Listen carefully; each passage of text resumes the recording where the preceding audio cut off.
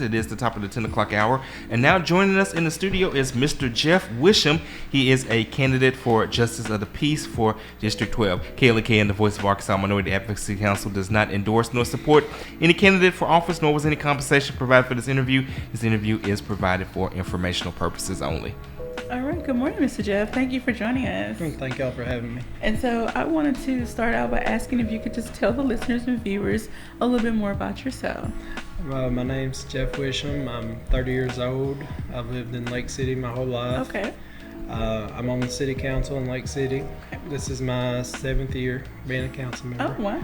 I've worked at Riverside School District. This is going to my 11th year. I'm married to my wife, Mallory. We have a 4-year-old, Luke, and I've got a little brother, Jeremy. Okay. He's 26, and he's in a wheelchair, and he's on life support. So. Well, we definitely extend our prayers out to him. Thank you. Okay, so tell us more about, well, first of all, tell us more about the Justice of the Peace position. Just the peace position. It's made up of 13 members of called the Quorum Court. Okay. And they set the budget for the whole county. They'll set the budget for the tax collector's office, for everybody's office. They're over the roads. Okay.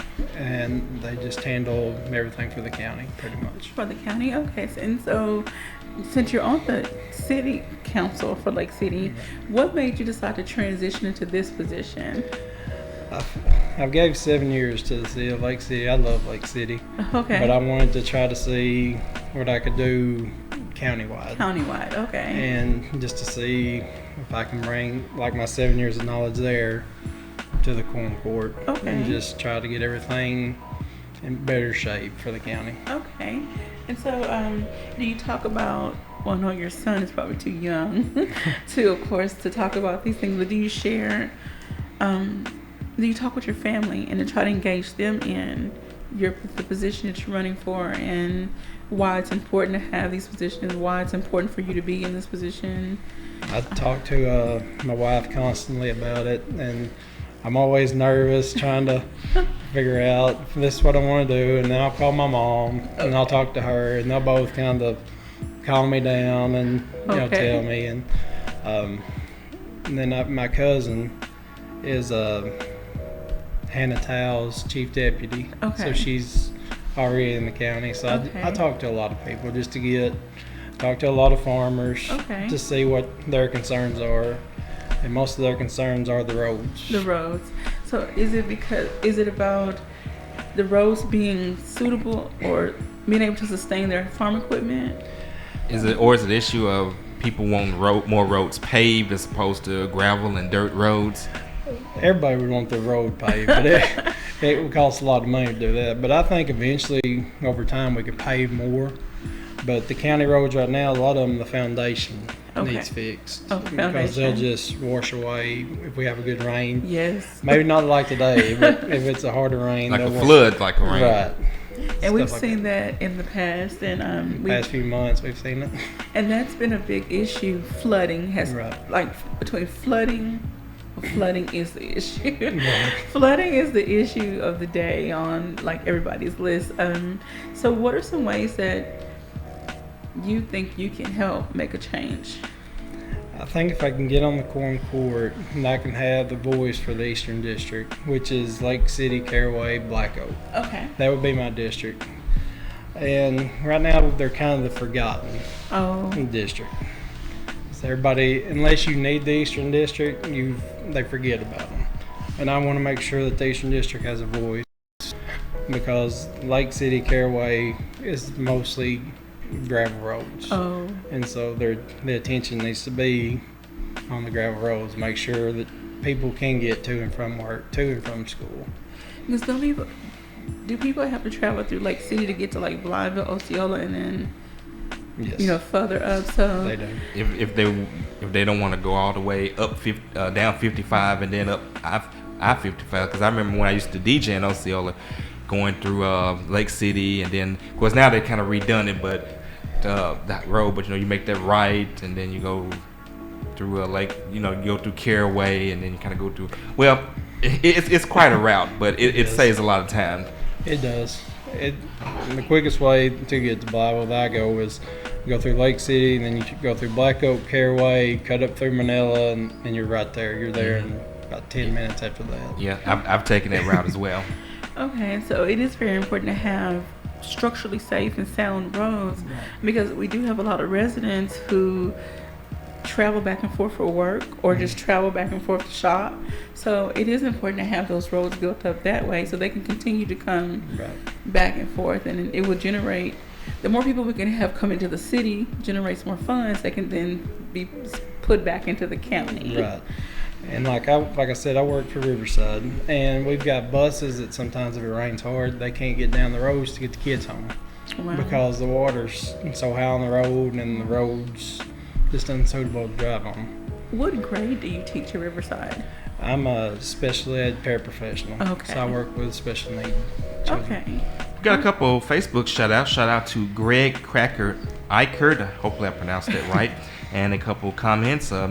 Mrs. Nora Hunt says, I love community conversations. And Mallory Wisham, I believe that is your wife, says, I support you 100%. Well, I'm sure he definitely appreciates the support of his lovely wife. And of course, if you have a question or a comment for Mr. Wisham, then you can post it on our Facebook live stream, or you can call or text 870-277-1080. Once again, that phone number is 870-277-1080. You can call or text your questions, comments, or concerns for Jeff Wisham, candidate for Justice of the Peace for District 12.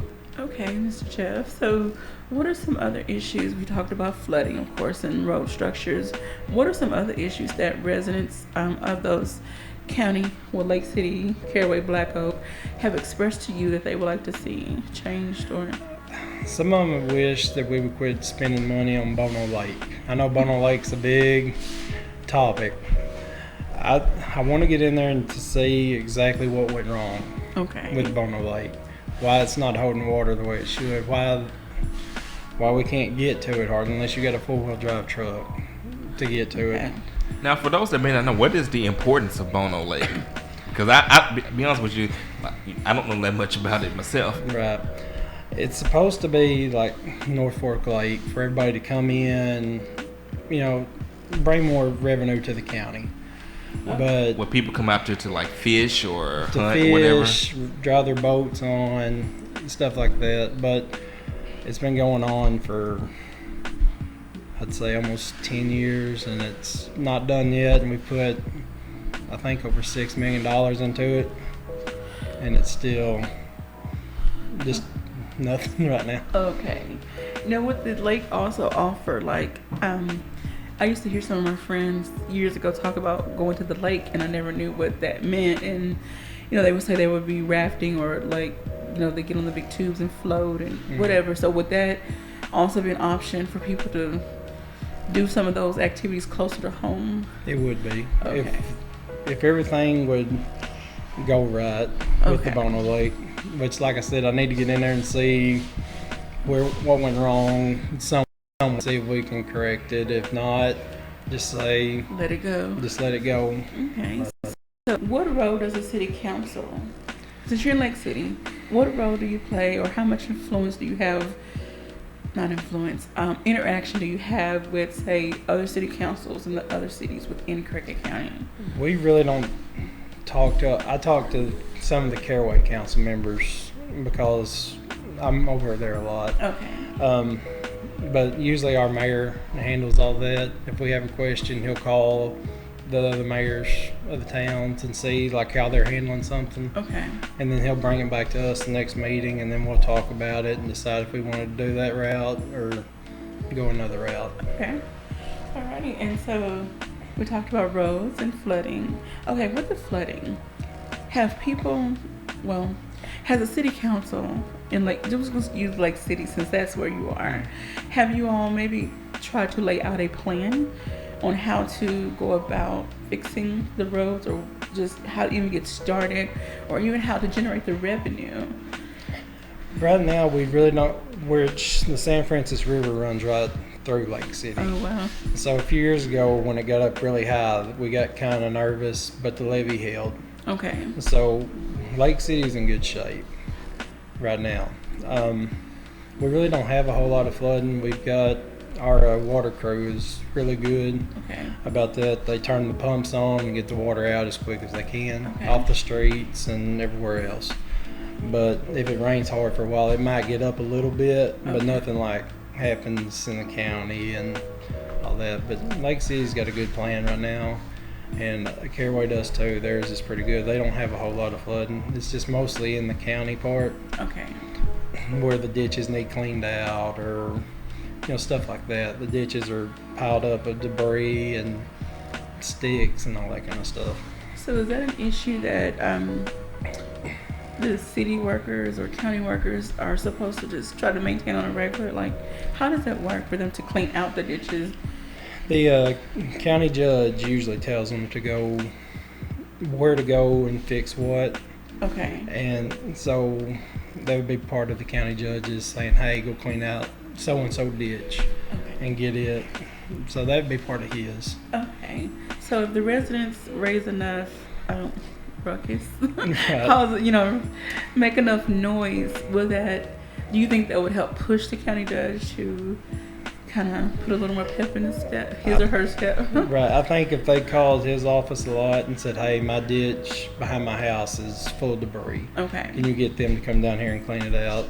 Or if they call their JPs, and then they can call the county judge themselves also. And speaking of county judge, we have a race for county judge. And by the way, we will live stream a meeting at the Kiwanis Club at noon today. Both candidates for county judge will be there to speak to the audience, so we will have it on our live stream. But there's been a debate between the two candidates about emergency management plan. One of the candidates, Mr. Jeff Presley, his campaign is basically saying that he wants to update the plan, that the plan is not updated, and the incumbent, Mr. Hill, says differently. So kind of want to get your thoughts on that. And if you become a member of the Quorum Court, what will you do to make sure that there is a proper emergency plan, or whatever plan that's already in place is maintained?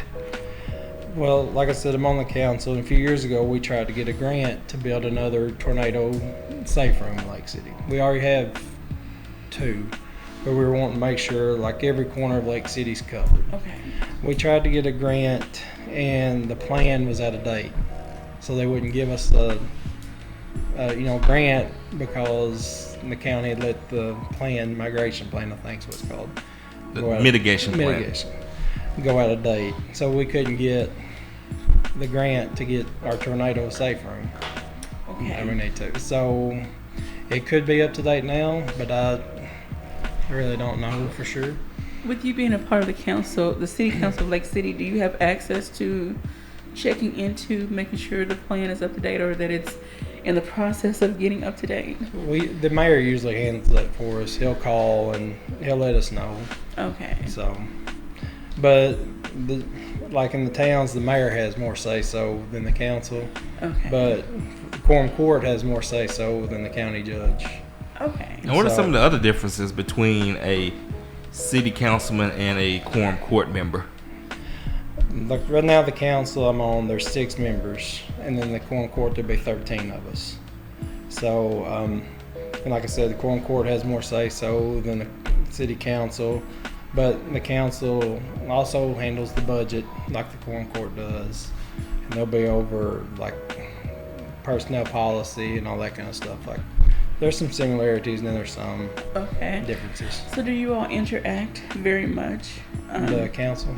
The council and the Quorum Court.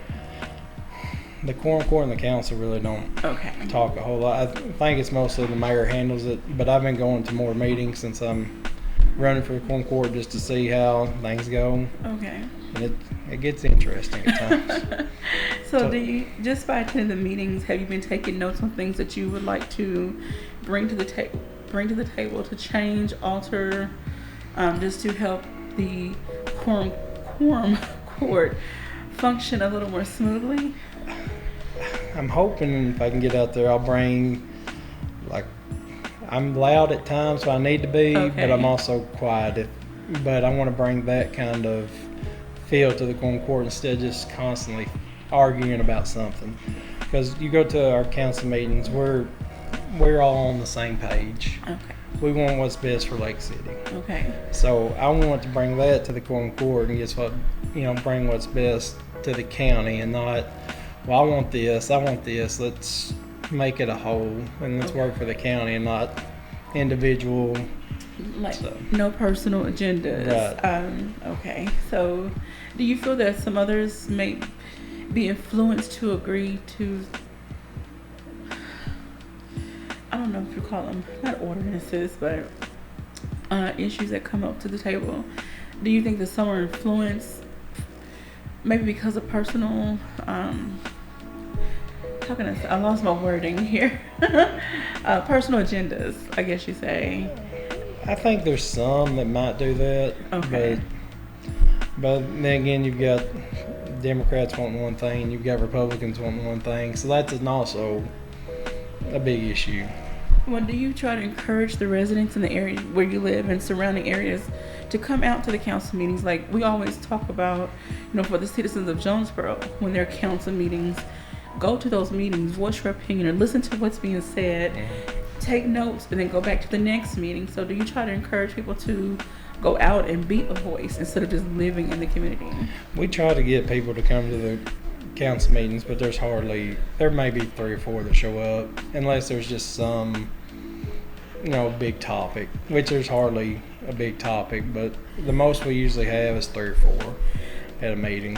Do you think there's anything that can be done to influence more people to come out? I think what it is just everybody's so busy with kids have got this sport going on or this going on, and some of them may not get home from work in time, but people, if they have and like see, they usually send me a Facebook message or they'll call me or text me, and then I'll send it right to the mayor and he gets on top of it. So we stay on top of everything if they have a concern. Okay. Now, are your meetings recorded and televised like the ones here in the city? They're not. They we record some of them. Okay.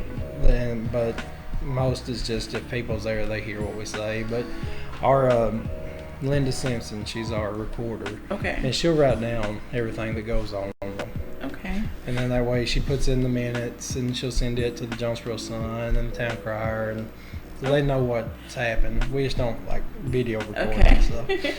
Okay, so the residents, they still have an opportunity to know what was going on if they were not able to attend. Right. Every month or the next day she'll have a sheet ready saying this is what happened at the meeting, and what'll be if there's something like an ordinance, if we do it in 3 readings, say this was the first reading, we'll do the second reading next month. They can come and say, hey, we might have a concern with it. Okay. All right. Are there any final thoughts? We have a minute. I'm sorry. My glasses are not great. Are there any final thoughts? Tell people why they should vote for you. You have 2.5 minutes. So sell yourself to the voters out there. Let them know why you feel that they should elect you the next Justice of the Peace for District 12. I hope they give me the opportunity. I know I am young, but I also have the experience of the council. Okay. I know I'm just 30. I'll be 31 at the end of this month. But well, happy early birthday. Thank you. This is my 7th year on the council. I've got plenty of experience I can bring to the quorum court. It's not like, hey, I'm 31 and just jumping into politics. Okay. I ran for office when I was 18. As soon as I turned 18, I tried. And I was declined. They said my application was late. So we had a big lawsuit with that, me and 2 others that tried to run for council in Lake City. And then I tried again when I was 20. I lost by 19 votes when I was 20. And then I got put on. Well, if nothing else, you definitely am inspiring in that way that you didn't give up. Right.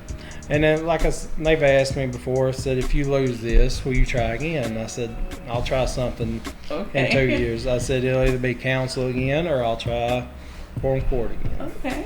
So I'm not going to give up. We do wish you the best of luck. Thank and again, with the station, we can't support, either anyone. We don't endorse nor support any candidate, but the interviews are provided for informational purposes only. So he does have a Facebook page. Give them that Facebook so they can check you out and they can ask you any questions that they may want to ask you, or any other contact information you would like to give out. Let me pull it up real quick. I can't remember exactly how I have it. Well, I think I may have it pulled up. Elect Jeff Wisham, Justice of the Peace. Once again, that's Elect Jeff Wisham, Justice of the Peace. You can look that up on Facebook, and it will have his contact information if you want to ask him a question. It's got my little boy holding my sign. So. All right, there you have it. Don't forget, coming up at around 12 o'clock noon, we will live stream from Barn Hills for the Kiwanis meeting. It's going to be a discussion between Craighead County Judge candidates Ed Hill and Jeff Presley. You guys be blessed. Have a great rest of your day. This is Kate, LEK, 102.5 FM.